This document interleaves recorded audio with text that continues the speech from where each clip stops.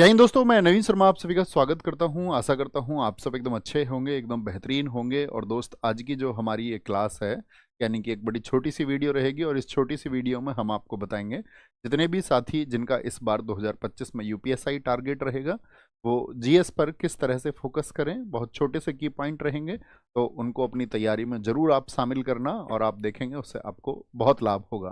ठीक है, तो दो चीज़ों पर हम बात करेंगे कि भाई आपको क्या पढ़ना है और इस बार लेवल क्या रहेगा। जैसे कि आप बहुत सारी वीडियोस देख रहे होंगे, और होता ही है ऐसे, जब वैकेंसी आती है तो वीडियोज आती है, उन्हीं में से एक वीडियो मेरी भी है। तो जैसा कि आपको बताया जा रहा होगा, दो लेवल अभी हम बात करेंगे उसके बारे में। दो चीज़ों पर बात हो रही होगी, एक तो 2017 और एक 2021, जो कि 2023 में हुआ था यूपीएसआई का एग्ज़ाम।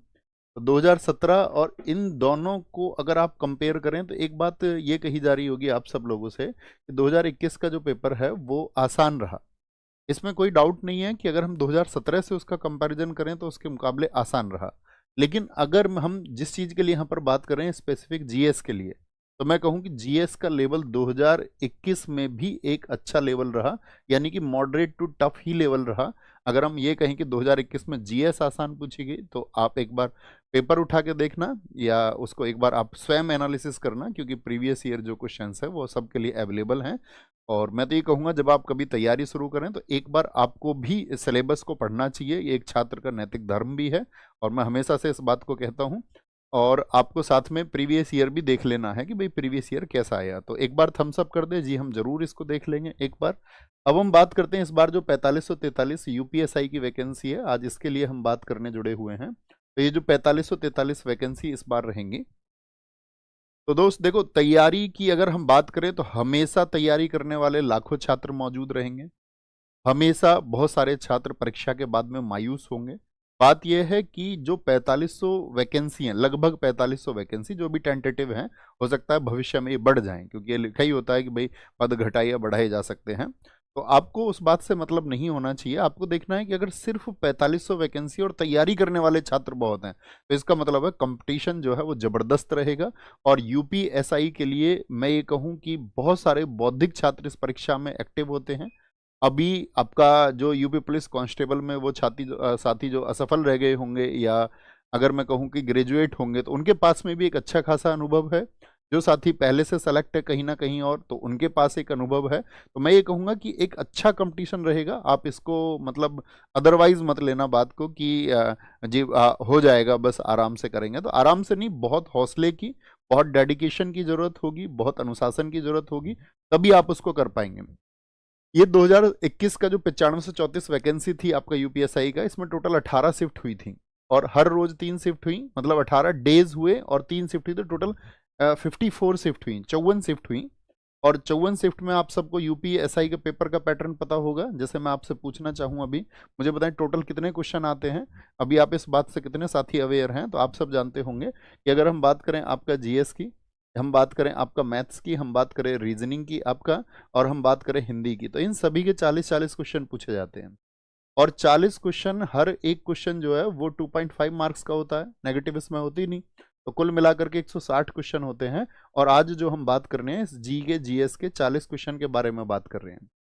ठीक है, तो यूपीएसआई के जीएस में 40 क्वेश्चन होते हैं, जिसमें पॉलिटी के 16 क्वेश्चन, मूल विधि आपका, अभी तो देखो सीआरपीसी नहीं बचा है, अभी तो भारतीय न्याय सुरक्षा संहिता आ गया है, इसकी जगह बीएनएसएस आ गया है। आईपीसी की जगह अब क्या आ गया है, भारतीय न्याय संहिता। ये आप सबको पता होगा, 2023 वाला ये एक्ट 46 है जो 2023 वाला है, बीएनएसएस, भारतीय न्याय सुरक्षा संहिता और भारतीय न्याय संहिता। तो अभी आपको सीआरपीसी और आईपीसी नहीं पढ़ने हैं, बीएनएसएस और बीएनएस पढ़ने हैं। तो जिसके लिए आपका 8 क्वेश्चन आपका मतलब प्रावधान है कि इसके 8 प्रश्न पूछे जाएंगे। ठीक है, अभी मैं पहले अपनी बातें कर लूँ, इसके बाद में फिर हम 5 मिनट आपके जो डाउट्स होंगे उनको लेंगे, जो भी सजेशन आपको चाहिए तो वो सजेशन आपको देंगे, है ना। अभी आप सिर्फ इतनी बातें सुने, बाकी जीएस जो बची, ऑल ऑल जीएस का मतलब पॉलिटी और मूल विधि के अलावा जो बाकी सब्जेक्ट बचे, यानी कि हिस्ट्री बच गया आपका, ज्योग्राफी बच गया, इकोनॉमिक्स बच गया। अब उनमें किस सब्जेक्ट का वेटेज रहेगा, और उन सब्जेक्ट में भी कौन से सबसे महत्वपूर्ण टॉपिक रहेंगे, इसके बारे में हमें बात करनी है। देखो, पिछली बार जो पेपर हुआ तो ऐसा फिक्स नहीं था कि आपका, जैसे कि हमने बात करी कि भाई पॉलिटी के क्या 16 ही क्वेश्चन पूछे जाएंगे, तो बहुत सारी आप अगर एनालिसिस करेंगे तो आप देखोगे कि बहुत सारी शिफ्ट में 16 भी थे, 17 भी थे, 18 भी थे, 19 भी थे पॉलिटी के क्वेश्चन। मूल विधि की बात करें हम 4 से 8 क्वेश्चन तक पूछे गए और बाकी जीएस आपका 14 से 18 तक पूछा गया। यानी कि एक अगर देखोगे कि हम जर्नल अगर माने तो भाई आपका मूल विधि का आधार मान के चलेंगे हम कि पॉलिटी के आधे क्वेश्चन उसके पूछे जाएंगे। ठीक है, जैसे कि मान के चलो पॉलिटी के जो भी क्वेश्चन पूछा जाएगा उसका लगभग आधा पूछा जाएगा मूल विधि का प्रश्न। अब बात आएगी कि भैया यहां हम तैयारी कैसे करें, 2017 के लेवल से करें या 2021 तक। देखो मैं साथी सजेस्ट करना चाहूंगा, अगर आप 2017 के लेवल से तैयारी करोगे तो आपको शायद यूपी के एग्जाम्स में किसी भी परीक्षा के लिए या तो यहां सफल होंगे, और अगर यहां सफल नहीं हुए तो आपको फिर मायूस नहीं होना पड़ेगा। तो मैं कहूंगा कि 17 के लेवल से आप अपनी तैयारी को करना और जरूर करना। मतलब जो टॉपिक्स 2021 में भी बेशक नहीं पूछे गए तो आपको ध्यान रखना है उस एक चीज को कि भी 2017 के लेवल को हम मैच करेंगे। एक बार थम्सअप कर दे, आधार 21 तैयारी रखना लेकिन 17 के लेवल को भी मैच करना। मतलब कुछ टॉपिक्स हैं तो उनको अधूरे मत छोड़ के जाना कि भाई हम इनको छोड़ के चले जाएंगे। ठीक है, तो ये क्वेश्चन की बात हुई, क्वेश्चन का फॉर्मेट आप सबको समझ में आया होगा। अब देखिए पर शिफ्ट, हर एक शिफ्ट में जो अदर जीएस है, अदर जीएस का मतलब क्या है कि except than polity and basic law, मूल विधि और संविधान के अलावा जो क्वेश्चन पूछे गए, तो यहां देखना एक सबसे ज्यादा वेटेज पर आपको सब्जेक्ट दिखेगा इकोनॉमिक्स। और इकोनॉमिक्स हर एक शिफ्ट में 2017 में भी और 2021 में भी पूछा गया। अब इकोनॉमिक्स में क्या पूछा गया, तो इकोनॉमिक्स में ध्यान रख लेना, आपका इकोनॉमिक्स आपको कंप्लीट अच्छे से पढ़नी है। कोई ऐसा टॉपिक नहीं है जिसमें इकोनॉमिक्स से क्वेश्चन ना पूछा गया हो, कोई क्वेश्चन नहीं है। चाहे आपका कुछ भी डिमोनेटाइजेशन हो या जीएसटी हो या आपका मॉनेटरी पॉलिसी हो, बैंकिंग हो आपका, या फिर मुद्रास्फीति हो, यानी कि सब टॉपिक्स आपको पढ़ लेने हैं। ठीक है, साइंस की अगर हम बात करें, जैसे लिखा हुआ पर शिफ्ट एक क्वेश्चन, तो साइंस में जो वेटेज रहा था वो रहा था बायोलॉजी का। तो बायोलॉजी का 2017 में भी रहा और 2021 में भी। तो बायोलॉजी को अच्छे से पढ़ना, और बायोलॉजी में क्वेश्चन पूछे गए थे किससे, जैसे कि आपका डिसीज है या आपका विटामिन से क्वेश्चन पूछे गए, सेल से क्वेश्चन पूछे गए, या फिर आपका जो डाइजेस्टिव सिस्टम है यानी कि पाचन है उससे क्वेश्चन पूछे गए। यहाँ पर बहुत सारे क्वेश्चन पूछे गए। ठीक है, और लगभग इन्हीं से रिलेटेड आपका हर एक शिफ्ट में क्वेश्चन था। यूपी जीके की बात करें तो यूपी जीके नेग्लिजिबल रहा है यूपीएसआई के एग्जाम में, और क्वेश्चन पूछा जाता तो अच्छा क्वेश्चन पूछा जाता है। लेकिन मैं आपको सजेस्ट करूंगा कि यूपी जीके आप बेसिक से सारी तैयार कर लेना, बेसिक से सारी। अब देखो जैसे मैंने बायोलॉजी मेंशन कर दिया तो आपके दिमाग में ये क्वेश्चन भी आएगा कि आप फिजिक्स केमिस्ट्री को छोड़ सकते हैं। तो मैं ये कहूंगा बेसिक यानी कि जो कॉमन होती है, आप अगर परीक्षाओं की तैयारी करते हैं तो आपको भी पता है कि भाई आप ऐसा भी नहीं है अब न्यूटन के आप यही ना जाने कितने नियम है, तो बेसिक पढ़ लेना बाकी सब। लेकिन जो पूछा जाता रहा है उस पर आपकी डेप्थ में नॉलेज होनी चाहिए। ठीक है, इकोसिस्टम, यहां पर अगर हम ज्योग्राफी की बात करें 3 से 4 क्वेश्चन, और ज्योग्राफी में सबसे इंपॉर्टेंट क्या रहा, कृषि, यानी कि एग्रीकल्चर से सबसे ज्यादा क्वेश्चन पूछे गए आपका। ठीक है, कृषि से, और जो आपका वेदर है यानी कि जलवायु से आपका जो क्वेश्चन पूछे गए यहाँ पर बहुत इंपॉर्टेंट, और साथ में आपका पर्यावरण जो आपका क्या बोलेंगे एनवायरमेंट है उससे क्वेश्चन पूछे गए। तो ज्योग्राफी में इन टॉपिक्स को बहुत ध्यान से देखना। मैं अभी आपको बुक भी सजेस्ट करूंगा कि जीएस के लिए आपको किस बुक से एमसीक्यू की प्रैक्टिस करनी है, क्योंकि देखो अगर मैं बताऊं existing book only for UPSI market में कोई नहीं है। अगर आप मुझसे कहें कि सिर्फ कोई एक मुझे बता दीजिए भैया, कोई अपनी किताब बता दीजिए, तो अपने पास भी कोई ऐसी किताब नहीं है जो सिर्फ और सिर्फ आपका यूपीएसआई की जीएस जो 16 क्वेश्चन है उसको कवर करे। यानी पॉलिटी की अपने पास है, मूल विधि का अपने पास अच्छा कंटेंट है, अदर बुक्स कौन कौन सी हो सकती है उसके बारे में बात करेंगे। हिस्ट्री की बात करें, हिस्ट्री आपका एक कॉमन तरीके से आपको पढ़नी है जैसे आप पढ़ते हैं, लेकिन हिस्ट्री में जो आप वेटेज रखो तो इसको रखना मॉडर्न हिस्ट्री को। इसको जो मॉडर्न हिस्ट्री है यानी कि आधुनिक इतिहास है उसको वेटेज पे रखना अपनी। और आधुनिक जितने भी कार्यक्रम हुए आपका शिक्षा संबंधी उनसे सबसे ज्यादा प्रश्न पूछे गए हैं। चाहे जैसे यूपी में आपका किसी यूनिवर्सिटी की स्थापना से प्रश्न पूछ लिया, या आपका भारत में शिक्षा सुधार किस तरह से हुआ, यानी कि आधुनिक। अब आधुनिक का मतलब है कि फिर वो कंप्लीट होगा आपका, तो उसको अच्छे से पढ़ के रखना है ना।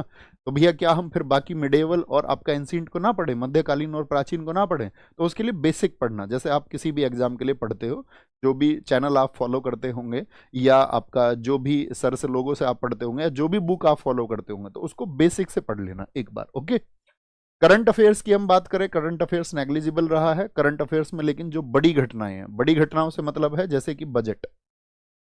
बजट में क्या होगा, और बजट के बहुत अच्छे क्वेश्चन बने हैं। जैसे मान के चलो क्वेश्चन बना कृत्रिम गर्भाधान को कितने प्रतिशत बढ़ा दिया गया है, अब सब रक्षा क्षेत्र शिक्षा क्षेत्र इसी सब को पढ़ते हैं, है ना। इतनी बात क्लियर है यहाँ तक। ये आपका जो सोशल साइट है, साइबर क्राइम, इन सबसे क्वेश्चन आया। यानी कि एक तो सामान्य कंप्यूटर की समझ कि भाई कंप्यूटर में क्या होता है, निबल क्या होता है, बिट क्या होता है, बाइट क्या होते हैं, और इसके अलावा आपका सोशल मीडिया जो है, फेसबुक है आपका या ट्विटर है आपका, ये बाकी जो भी स्नैपचैट वगैरह जितनी भी सोशल नेटवर्किंग साइट है उन सबसे क्वेश्चन। और साइबर क्राइम यानी कि इसके लिए सरकार की कौन कौन सी पहल हैं, इसको ध्यान से पढ़ना है। यहाँ पर एक चीज और मेंशन करना चाहूंगा मैं, करंट अफेयर्स में बजट के अलावा आपका जितनी भी गवर्नमेंट स्कीम है या जो भी फ्लैगशिप का आपका प्रोग्राम चल रहे हैं, यानी कि जितने भी फ्लैगशिप कार्यक्रम है, गवर्नमेंट स्कीम है, उनको आप ध्यान से देखेंगे। ठीक है, क्लियर है कि सब्जेक्ट में आपको कौन सी चीजें वेटेज पे रखनी है, और अगर जिसका जिक्र हमने नहीं किया है तो इसका मतलब है उसको बेसिक से पढ़ना। एक बार थम्स अप करेंगे अगर यहां तक की बात क्लियर है, तो फिर आगे बढ़ते हैं। आपके डाउट अभी लेंगे, मैंने बोला मैं आपके प्रश्नों को अभी लूंगा थोड़ी देर बाद में, है ना। यहां तक की बात समझ में आई कि अगर हम यूपीएसआई का एग्जाम देने जा रहे हैं तो 16 क्वेश्चन के लिए ये हम फॉलो करेंगे। अब अगली बात आती है साथी पॉलिटी की। ठीक है, पॉलिटी की अगर हम बात करें, जैसे पॉलिटी के लिए आपका दिग्विजय सर ने आपको कल गाइड किया। ठीक है, और दिग्विजय सर अपनी एक्सपर्टीज रखते हैं इस विषय में। ठीक है, वो एक अनुभवी अध्यापक हैं और वर्षों से इसी विषय को पढ़ा रहे हैं, तो उन्होंने आपको गाइड किया होगा। इस कमेंट सेक्शन में इस वीडियो के बाद में उनकी वीडियो को पिन करा देंगे, तो एक बार मेरे कहने से आप उनकी स्ट्रेटजी को जरूर समझना। ठीक है, अभी मैं आपको बताऊंगा किस लेवल तक आपको तैयारी करनी है। बेसिक लॉ के बारे में बताएं, ये वीडियो भी आपको पिन मिल जाएगा, और बेसिक लॉ की वीडियो आप किस किस ने देख ली है बताओ एक बार। इसके लिए राम भारद्वाज सर, उन्होंने पिछली वैकेंसी जो थी 2021 वाली, तो उसके लिए उन्होंने बेसिक लॉ तब भी पढ़ाया था, और अभी भी वो आपको पढ़ा रहे हैं, पिछले कई महीनों से लगातार पढ़ा रहे हैं। जो विनायक बैच था उसमें बेसिक लॉ उन्होंने ही पढ़ाया है, और विनायक बैच में आपका दिग्विजय सर ने ही आपको पॉलिटी पढ़ाई है। ठीक है, तो इन दोनों सर लोगों की वीडियो आप जरूर देखेंगे, और ये जो गाइड आपको कर रहे हैं उसको आपको मतलब फुली फॉलो करना है, अच्छे से फॉलो करना है। ऐसा नहीं कि भाई ठीक है अभी मैं ये फॉलो कर लेता हूं, कल मैं फॉलो, जिसको भी फॉलो करो आपको लगे कि हाँ ये वेलफेयर की बात है, तो कोई भी हो, ऑल ओवर यूट्यूब पे कोई भी हो, या मतलब आपको किसी के निजी हित को नहीं देखना है। यूपी सब इंस्पेक्टर के लिए आपको बौद्धिक होना पड़ेगा। ऐसा नहीं है कि भाई इसने उसके ऊपर प्रश्न चिन्ह उठा दिया, यार वो तो ऐसा पढ़ाते हैं, या उस पर पढ़ा दिया। एट द लास्ट बात वही है, सबको बच्चे ग्रैब करने हैं अपनी तरफ, है ना, और वो सब करते हैं, लेकिन इसमें आपको बौद्धिक होना पड़ेगा कि आपको किस समझ के साथ में तैयारी करनी है, आपका विषय कहाँ से पूरा होता है। और ऐसे नहीं कि ऊपर ऊपर से पढ़ लिया कि ये लो भैया तुम 2.5 मिनट में ये वीडियो कर लो और अभी तुमको सारे यहाँ से प्रश्न मिल जाएंगे। डेप्थ में पढ़ना, दरोगा तभी बन पाओगे। ठीक है, जितनी गहराई से पढ़ोगे, अच्छे से पढ़ोगे। अदर जीएस के बारे में मैं आपको सजेस्ट कर ही चुका कि किस किस आपका जो आपका साथी, यहाँ पर अगर हम बात करें 16 क्वेश्चन, यहाँ पे हम बात करें 8 क्वेश्चन, और यहाँ पे 16 क्वेश्चन, तो यहाँ तो मैं आपको टॉपिक वाइज बता ही चुका। अब बात करते हैं बेसिक लॉ की, तो राम सर की वीडियो जरूर देखना। यहाँ पर मैं अपना सजेशन ये देना चाहूंगा, ठीक है, कि बेसिक लॉ में जैसे 2021 है तो वहां तो साधारण प्रश्न पूछे गए, लेकिन आप यहाँ पे आधार बनाना 2017 को। ठीक है, 2017 को, ये मैं कहना चाहूंगा, क्योंकि 21 का आधार तो आपका हो ही जाएगा तय, लेकिन कौन कौन सी मतलब किसी भी एक्ट की परिभाषा क्या है, कोई भी एक्ट हो, चाहे दहेज एक्ट हो, चाहे आपका बाल अधिनियम हो, या स्त्री का हो आपका, या आयकर हो, कोई भी हो, या यातायात हो, तो जो महत्वपूर्ण धाराएं हैं और जो आपका फाइन है वो आपको पता होनी चाहिए। किसी में भी कितनी धाराएं हैं, कितनी अनुसूची हैं किसी में एक्ट में, और उस एक्ट में जो मुख्य धाराएं हैं और उनके पालन ना करने पर पनिशमेंट क्या है। तो ये कुछ कुछ धाराएं आपकी बनेंगी, ये आपका आपका मतलब एकदम से प्राइम ऑब्जेक्टिव होना चाहिए। ठीक है, उसको आपको बहुत अच्छे से पढ़ के रखना है। पॉलिटी की अगर मैं बात करूं, ये एक ऐसा क्वेश्चन रहेगा, देखो दोस्त यहां पर आपके प्रश्न बहुत तैयारी के बाद में भी कुछ प्रश्न छूट सकते हैं। जैसे मान के चलो आप यहाँ 16 में से अगर मैं कहूंगा कि आपको मान के चलो 28 क्वेश्चन पे पहुंचना है, 28 से 30 क्वेश्चन, ये मैं कहूंगा कि ये बहुत अच्छे छात्र के मार्क्स रहेंगे। यहां पर आपके कई क्वेश्चन छूट सकते हैं, लेकिन इस सब्जेक्ट में आप अपने प्रश्न मत छोड़ना, और साथ में इस सब्जेक्ट में यहां कम से कम आपका 24 में से, याद रखना अगर 24 पूछा जाता है तो आपका 19 to 20 क्वेश्चन होना चाहिए। ठीक है, 19 to 20 क्वेश्चन, और ये पॉलिटी में संभव है अगर आप उसको फॉलो करते हैं। तो आप अपनी जीएस में अच्छा स्कोर करने के लिए किस सब्जेक्ट को प्रायोरिटी पर रखोगे, तो सबसे ज्यादा प्रायोरिटी पर रखोगे आप पॉलिटी को। ठीक है, सबसे ज्यादा जो समय रहेगा, मतलब आप टोटल जितना भी जीएस पढ़ो, मान के चलो आप रोज 2 घंटे जीएस पढ़ते हैं, तो उस 2 घंटे की जीएस में रोज 1 घंटे या सवा घंटे आपको पॉलिटी शामिल होना चाहिए, और फिर बाकी आप अपने हिसाब से टाइम बांटेंगे। ठीक है, ऐसा नहीं है कि भाई सारे सब्जेक्ट को आपको एक साथ ही लेके चलना है, पहले धीरे धीरे कवर करते चलो कुछ कुछ विषय को, जो विषय खत्म हो जाए उसको रिवीजन के लिए रख दो, फिर एक नए विषय को थोड़ा थोड़ा जान लो, ठीक है। जो पुराना पढ़ चुके हो उसको रिवाइज करते रहो, क्योंकि रिवीजन के बगैर कुछ साथी पॉसिबल है नहीं, तो रिवीजन बहुत ज्यादा होना चाहिए आपका। दूसरे पर आपका बेसिक लॉ मैं कहूंगा कि ये अच्छा होना चाहिए। तीसरा आपके लिए सब्जेक्ट मैं सजेस्ट करूंगा इकोनॉमिक्स, और चौथा आपके लिए ज्योग्राफी, ठीक है। जो टॉपिक्स मैंने बताए हैं उनको प्रायोरिटी पर रखना है, बाकी सबको आपको बेसिक जानना है, ठीक है। और इसके बाद में फिर अदर है बाकी सब्जेक्ट को, तो पहले इनको प्राथमिकता पर रखना आप। और यार मतलब आप किसी विषय को पहले तैयार करना चाहते हैं बाद में करना चाहते हैं, वो आप अपनी तरीके से डिजाइन कर सकते हैं, ठीक है।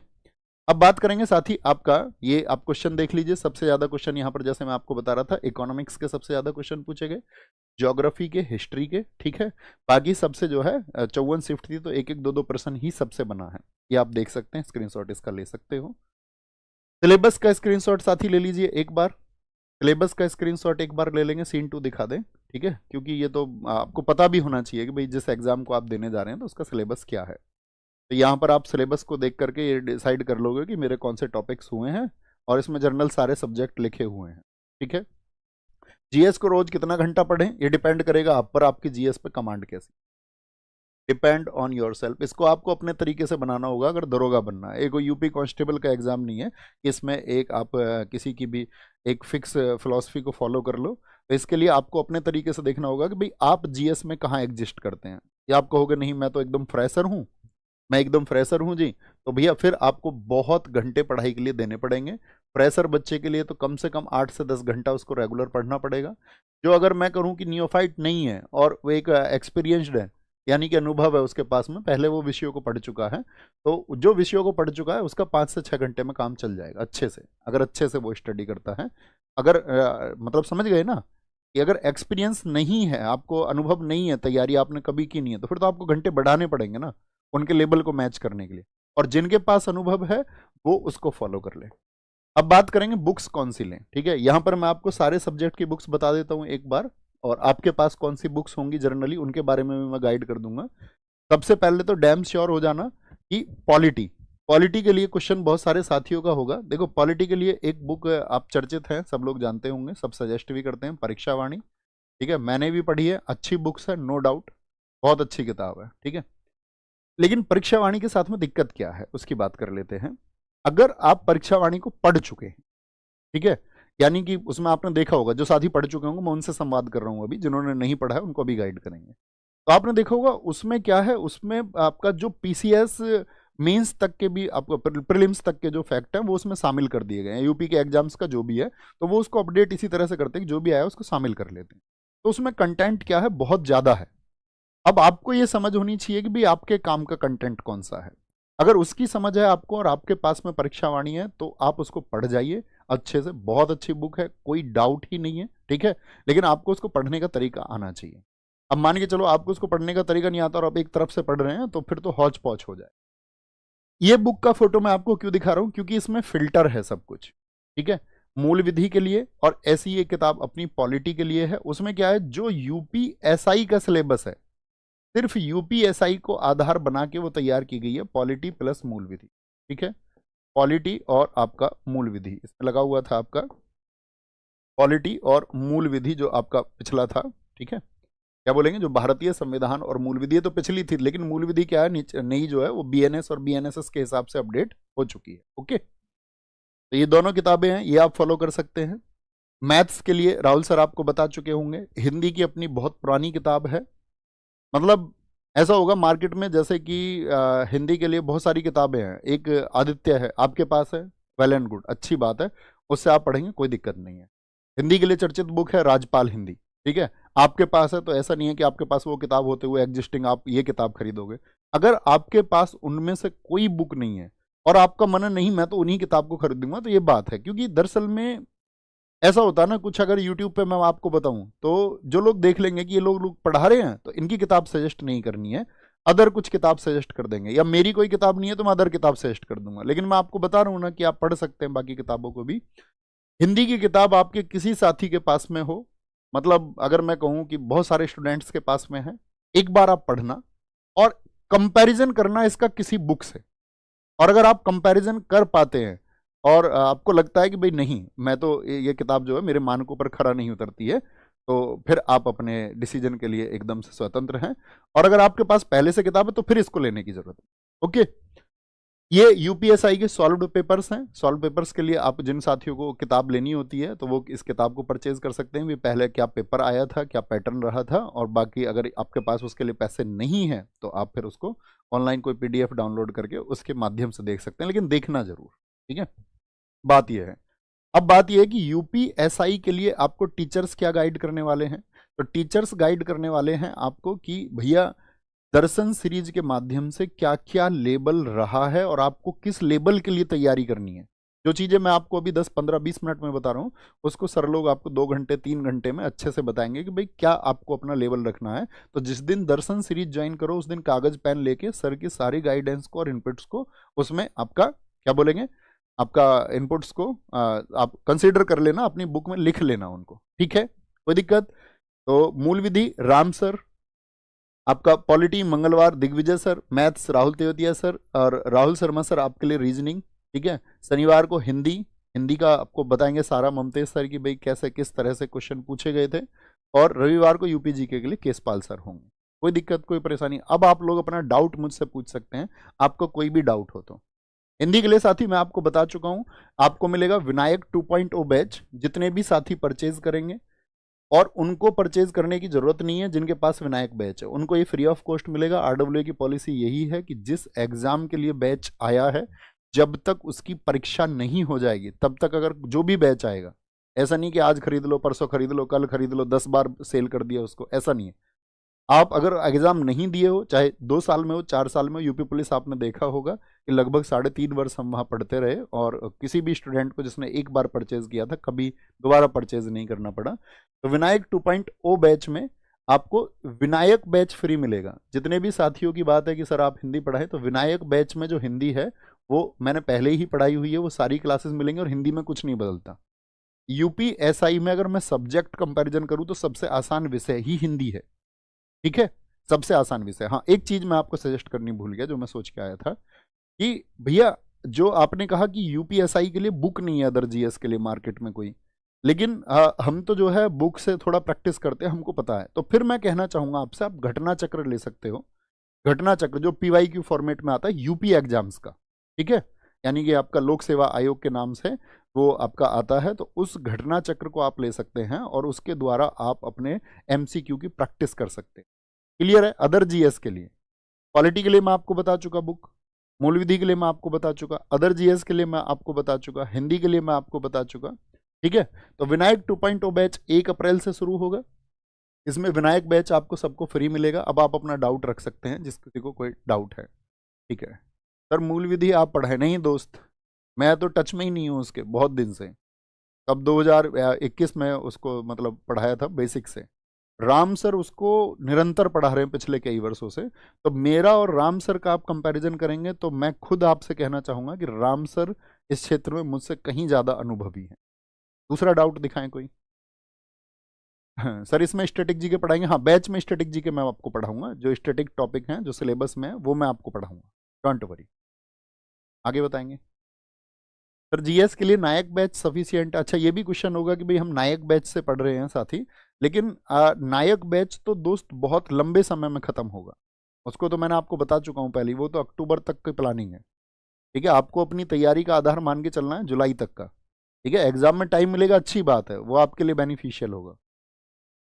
और कोई क्वेश्चन है आपका तो बताएं मुझे। वो तो वैसे भी नायक बैच तो एसएससी के लिए आपका डिवोटेड था। बोलेंगे भाई एज रिलैक्सेशन मिलेगा। एज रिलैक्सेशन के लिए बोला ना साथी, आप सब लोगों को गाइड आया तो वो वीडियो देख के एक ही वीडियो पे काम किया करो। अब ऐसा नहीं है ना एक ही चीज के लिए हम 50 वीडियो बना दे, उसका कोई अर्थ नहीं है। सर कांस्टेबल और यूपीएसआई की तैयारी साथ साथ कर सकते हैं, बिल्कुल कर सकते हैं। अगर आपको कांस्टेबल और यूपीएसआई की तैयारी साथ साथ करनी है तो आप विनायक 2.0 ज्वाइन करना। अगर आपको सिर्फ कांस्टेबल की तैयारी करनी है तो दीवानजी बैच ज्वाइन करना। ठीक है, या जहां से भी आप फॉलो करें। तो अगर आपको यूपीएसआई और कांस्टेबल दोनों देने हैं, मान के चलो आप यहां से नहीं पढ़ रहे हैं कहीं और से पढ़ रहे हैं, तो वो बैच फॉलो करना जो यूपीएसआई के लिए डेडिकेटेड हो। ऐसा नहीं तुमको मतलब चमका के पढ़ाना शुरू कर दिया और फिर 1-2 महीने बाद अपना ठीक है अब एक नया बैच ले लो तुम हमारा। ऐसा नहीं। फीस के लिए वीडियो आएगा साथी, वीडियो आएगा। और कोई क्वेश्चन आप सब लोगों का हो तो बताएं। फ्रेशर बच्चा क्वालिफाई कर सकता है, बहुत फ्रेशर बच्चे क्वालिफाई करते हैं। अगर मैं 9534 की बात करूं यूपीएसआई की, तो उसमें अगर आप 50% देखो, 50% उसमें एक्सपीरियंस्ड लोग थे, यानी कि जो पहले से कहीं ड्यूटी करते हैं यूपी पुलिस में। और आप सबके लिए ये मोटिवेशन का सोर्स होना चाहिए। अगर कोई व्यक्ति ड्यूटी ऑन जॉब रहते हुए अगर सेलेक्ट हो सकता है, और बहुत सारे ऐसे हमारे अपने स्टूडेंट रहे जो सेलेक्ट हुए, ऑन ड्यूटी सेलेक्ट हुए, ऐसा नहीं यूपी पुलिस में, बाकी आपका आर्म्ड फोर्सेज में थे, सेलेक्ट हुए, बाकी सब जगह से सेलेक्ट हुए। तो आप अगर एक फ्रेशर हैं तो आपके पास में ज़्यादा टाइम होगा। अब ऐसा भी नहीं जी मैं पढ़ने के लिए भी तैयार नहीं हूं, तो मैंने आपको बता दिया फ्रेशर को उनसे दोगुनी मेहनत करनी होगी। और बहुत सारे फ्रेशर बच्चों का सेलेक्ट हुआ, जो कदम एकदम से एज में आए आए थे, शामिल हुए थे, उनका भी सिलेक्शन हुआ। डिपेंड ये करेगा कि आप कितनी बेहतर तैयारी करते हैं। ठीक है, ऐसा नहीं कि भाई किसी ने आपको 4 फोटो दिखा दिए कि मेरे पढ़ाई हुए में से 8 फोटो आ गए, ये 4 फोटो आ गए। 8 फोटो और 4 फोटो से सिलेक्शन नहीं होता। सिलेक्शन होता है 160 क्वेश्चन में से आप 130 135 क्वेश्चन करने के कैपेबल थे या नहीं थे। या तो वो क्वेश्चन आप किसी से मांग लो कि भैया ये दिखा दो मुझे 135 क्वेश्चन, 130 क्वेश्चन, तब तो अर्थ है। अब मैं आपको 8 फोटो दिखा दूं कि हाँ ये किसी और के नहीं है, ये 8 फोटो तुम देख लो और इससे तुम्हारा सिलेक्शन हो जाएगा। तो ये सिर्फ गुमराह करने की बात है। आप जिसको चुने बेहतर तरीके से चुने। मैं फिर कहता हूं, पिछली बार आप किसी भी सब इंस्पेक्टर से इस बात को पूछ के देखिए, वही रिजल्ट दोहराया जाएगा। और एक जोश से, जुनून से, और एक प्रॉपर गाइडेंस, और सबसे ज्यादा जरूरत होगी दरोगा की तैयारी के लिए संयम की। क्योंकि जब आप पढ़ोगे ना मूल विधि को, तो ऐसा लगेगा आपको कि यार चलो ठीक है ऊपर ऊपर से पढ़ लेता हूं। वहीं ऊपर ऊपर से पढ़ने के चक्कर में आप अपना सब कुछ खो दोगे। समझ पा रहे हैं मेरी बात, मैं क्या बोल रहा हूं भैया? नहीं, दिल्ली पुलिस की स्टैटिक जीके इधर नहीं, एसएससी की स्टैटिक जीके का फॉर्मेट अलग है। यूपी की जो यूपी एग्जाम्स में स्टैटिक जीके, उसमें चुनिंदा टॉपिक्स हैं, चुनिंदा टॉपिक्स, उसमें से ज्यादातर इकोनॉमिक्स में कवर हो जाते हैं। चाहे आपका जीएसटी हो, विमुद्रीकरण जैसे टॉपिक हैं, ये सब इकोनॉमिक्स में कवर हो जाते हैं। बहुत ना के बराबर टॉपिक बचते हैं जो सिर्फ और सिर्फ आपका यूपी के एग्जाम्स के लिए बचे। वो कराएंगे आपको, डोंट वरी।